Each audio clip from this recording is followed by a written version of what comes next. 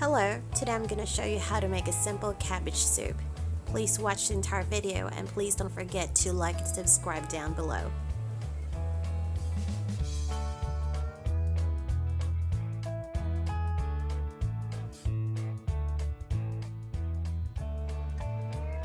First, I'm going to dice my bell peppers.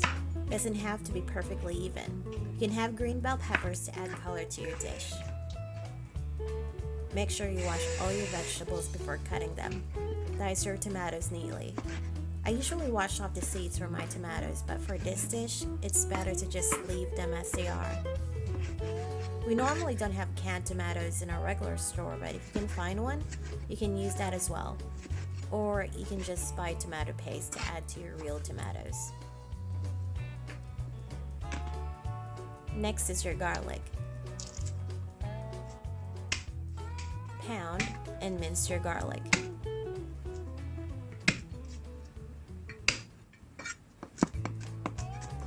You don't really have to pound them each.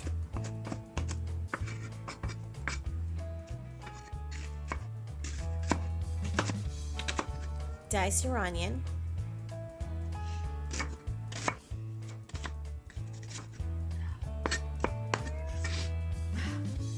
I had to literally get away from the kitchen for a bit to clear my eyes.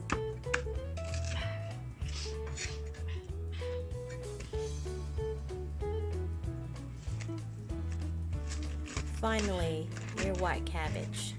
Cut it in half. It's a pretty tough one. Give it a quick wash.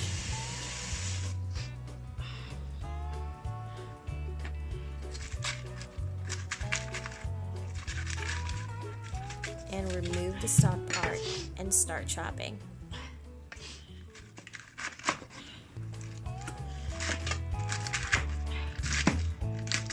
My eyes are burning because of the onions.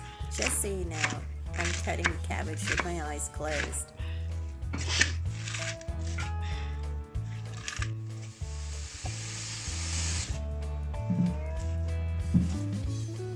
Once you're done prepping, don't skip clearing your counter.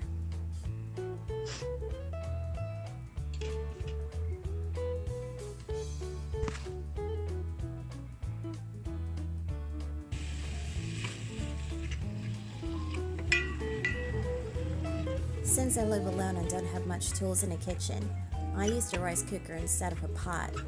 Rice cookers may be only used for cooking rice, but it comes really handy when cooking in general. Saute everything except for the cabbage, of course, using olive oil. I added 2 tablespoons of tomato paste just to strengthen the flavor of the tomato and also to add a more reddish color into the soup. Make sure to stir occasionally since we're not using a non-stick pot. Also use a wooden utensil for mixing. You don't want to get electrocuted by any chance. Once your vegetables are all mushy, you can now pour your chicken broth. Instead of cups, I'm using a water bottle that is about a little less than a liter in measurement. You can always add more water when you have to.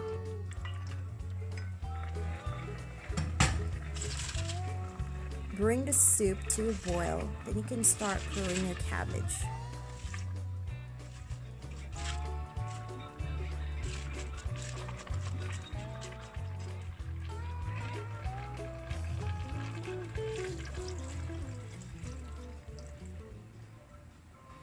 Add more water when needed.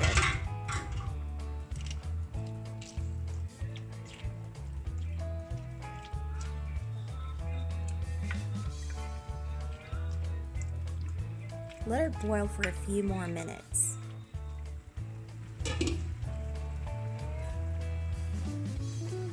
Once the cabbage is tender, you can always add salt and pepper to taste.